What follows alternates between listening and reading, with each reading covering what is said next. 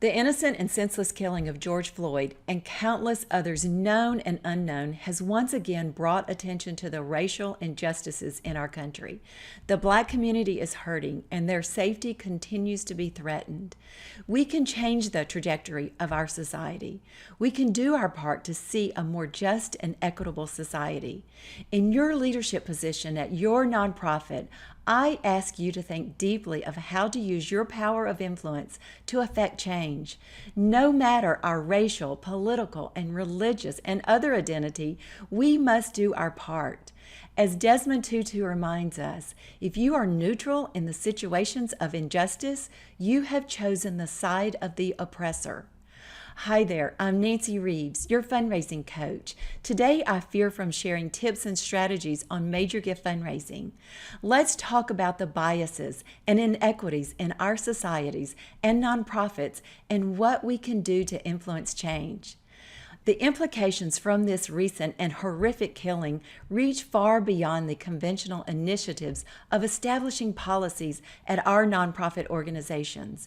As a fundraiser, you may fear speaking up when a donor alienates a person of color, speaks with demeaning words, or lacks compassion for the wronged. As a fundraiser, you may have a board that lacks diversity and has no intention of changing the makeup to be more diverse.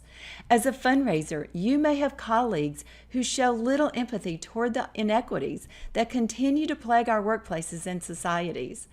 As a fundraiser, no matter your title, CEO, Executive Director, Development Coordinator, you have the power to make systemic changes at your organization. You must do your part.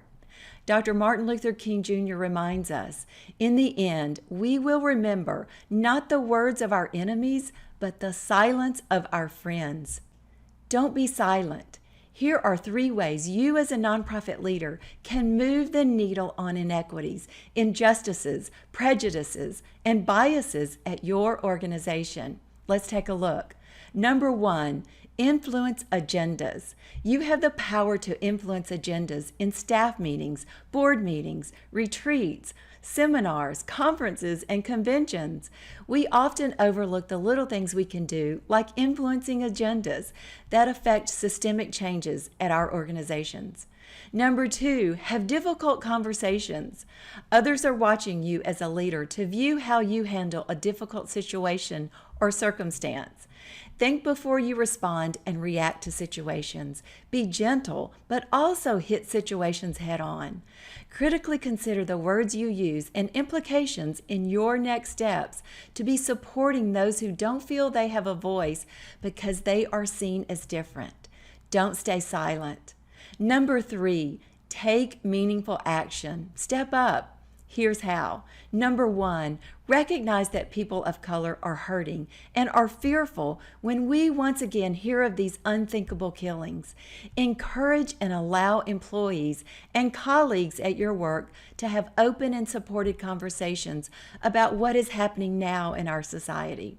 Number 2, seek support from your human resources team or outside help. If you lack internal resource support, seek experts such as consultants, speakers, or advisors. Allow donors to step up and provide the funds to offering training on issues of diversity and inclusion. They will if you ask. Number 3, educate yourself. Do research and read as many articles as you can on racial injustice and discrimination in the workplace. Do this to better understand the challenges and complexities of racism and implement tested solutions. Share your articles and encourage conversations at the start of your virtual meetings and soon to be in the halls at work and at the water coolers. 4th, last, consider partners. When reviewing relationships with funders, corporates, foundations, or individuals, consider their acknowledgement and commitment to the fight against racism and inequities.